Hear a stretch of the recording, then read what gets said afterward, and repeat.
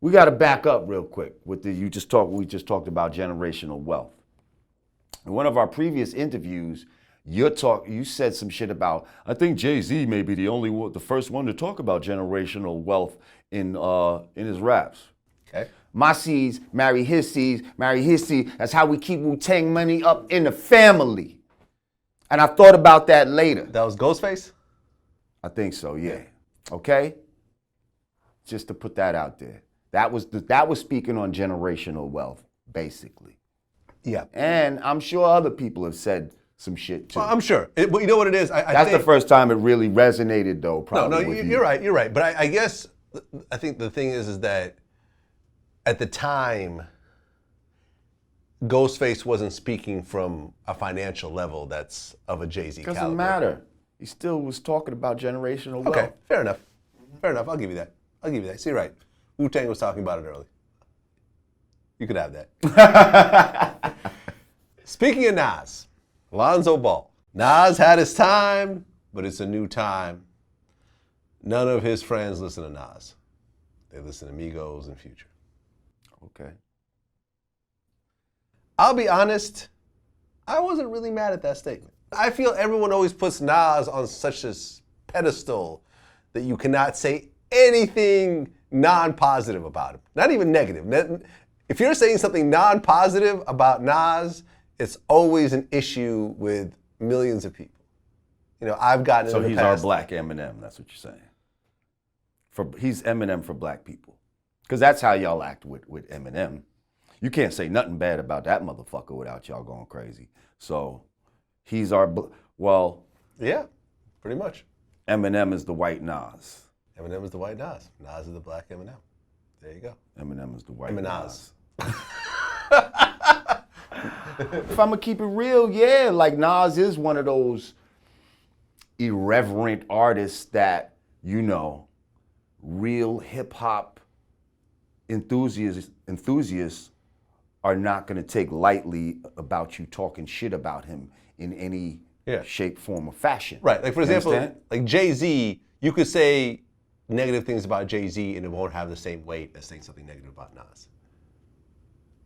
You could say something negative about Rakim and it won't have the same weight as you saying something negative about Nas. I don't know about that. Yeah, I feel that. I feel that. If you say, I feel like Nas and Rakim was in that same type of. Yeah, but Nas had, I feel, such a longer run than Rakim. Yeah, but Rakim was like one of the blueprints for a Nas, and 100%. I feel like people of my era, I don't know. But it's a similar thing, right? So the fact that he says that Nas had his time. But is that what he says? See, I thought he said some other shit, like Nas is whack or some shit like that, or I don't fuck with Nas. Like, the way he said it, I heard was disrespectful. Okay, well, we can go back and we can look it up. Because I ain't never even seen this motherfucker shoot a jump shot yet. I just keep hearing his fucking name. He said, y'all outdated, don't nobody listen to Nas anymore. Real hip hop is Migos and Future. Okay, so ain't nobody listen to Nas no more. Okay, that's some bullshit, because yes, they do. But go ahead. He said, they told me the goal for the next 2 months was to get me to listen to real hip hop. I replied, that's not gonna happen. And the first person that popped in my head was Nas, because obviously he's real hip hop. He's talking about Marcellus Wiley. So I'm like, nobody listens to Nas no more, which I think is true, because of my friends, ain't nobody bumping Nas no more. No disrespect to him, he had his time. I just maybe think all your friends are corny. But anyway, go ahead. He had his time. I just think it's a new time, and this next generation.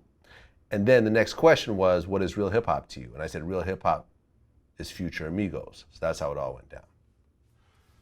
So, number one, to be fair, the new generation doesn't listen to Nas. Well, I think not a majority, but I do know quite a few people from this new generation that are on some retro hip hop shit, and they listen to Nas, Gangstar, Wu-Tang, all of that shit. 100%. There's also a lot of people who listen to jazz.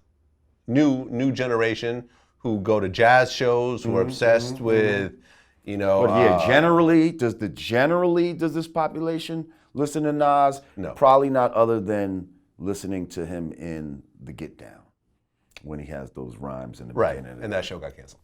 But in terms like the last Nas song I even heard was he showed up on that song with French Montana and Kanye. I can't figure it out. I just heard of something with him and Khaled. Yeah, Nas album Something done. about a key or something like that. I don't know. Nas be popping up. He pops up from time to time, but I feel like when he does pop up these days, he doesn't make an impact in the same way that like a Jay-Z verse will make an impact. Like, when Jay, hops on like somebody's remix, like let's just say when he, hopped on Kendrick's, Bitch Don't Kill My Vibe, that was like, oh shit, like Jay-Z and Kendrick, like, oh shit, like Nas pops up and it's like, oh, okay, Nas and Kanye, oh, that sounds nice, okay, cool. Well, that, and then it's just over. It's not like, oh, like each lyric, like Andre 3000. When Andre 3000 is a guest verse, it's like a big deal. People really like feel special. And at the level that Nas is at, it's interesting that he's not creating that type of effect. We'll see what happens when his album comes out. Maybe his album comes out and it's a whole rebirth and it's Stillmatic all over again and so forth. You never know with music. You never know with artists. He's got a lot of great people that are working with him. I know that, my man HipHop has been working with him on the album. I'm sure Salam Remy is working with him. He's an incredible producer. Nas can get beats from whoever. So you never know. When this album, if it ever comes out, it might be the rebirth of Nas. But right now, people ain't listening to Nas. So I'm not totally mad at Lonzo saying that. Yeah, fuck it. Let him say what the fuck he want to say. It's a new I don't time. even know this motherfucker like that. You know what I mean? Like, I don't even know him like that, other for putting out a sneaker that, Nobody bought. Nas' manager called him Oatmeal Face. Oatmeal Face. He said Nas never heard of him. Which may or may not be true, depending May or on if may he's a not be true. basketball fan or not. I'm actually kind of proud of the whole Ball family situation because far too often the fathers don't really get credit. When someone scores a touchdown, they don't say, hi, Dad, they say, hi, Mom. That's true. The mothers get a lot of credit, and they should because sometimes, you have the mothers are doing all the work. The father's not around.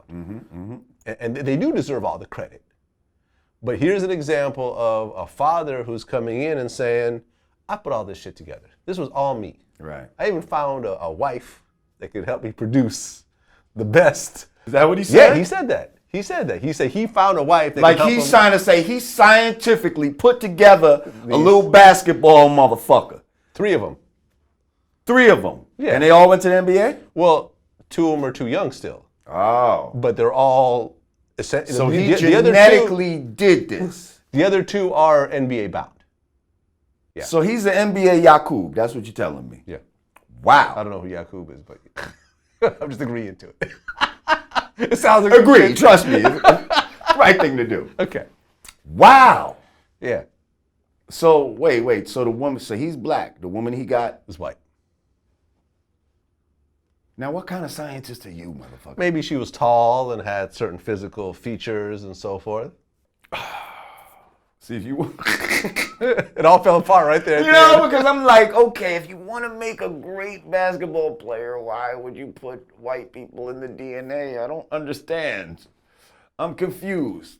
He probably just wanted, he said, all right, I'm going to have the athletic side is going to be on my side, on the black side. I just want my seed to have a little better light-skinned life or something, maybe. I don't know. Or maybe the wife was actually very athletic also. Just You because couldn't there's find no athletic sister who's more athletic? Sure you could. Then again, wait a minute. A lot of the basketball athletic sisters aren't into men. If we keep it real. Right.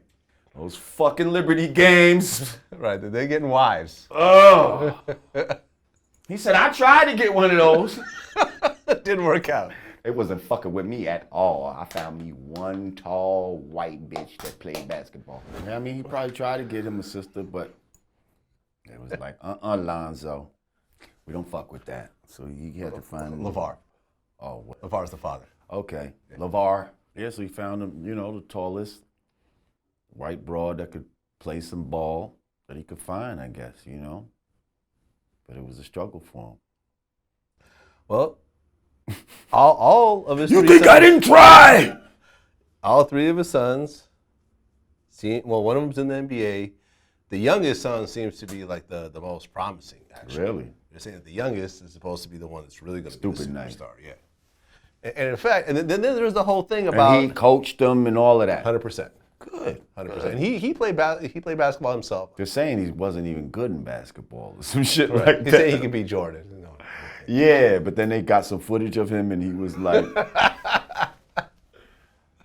yeah. Okay. But a strong father figure, I think, is dope. Of course. And now there's the whole story about how his youngest son is going to be the only high school player with his own signature shoe, because he's going to have his own big baller brand shoe. Listen, you know what? We laugh at that, but actually that's some dope shit, man. It is dope. Because that's some do for self, B. Right. Everybody else wants to run around and take fucking money from these big fucking corporations who basically putting you in slavery.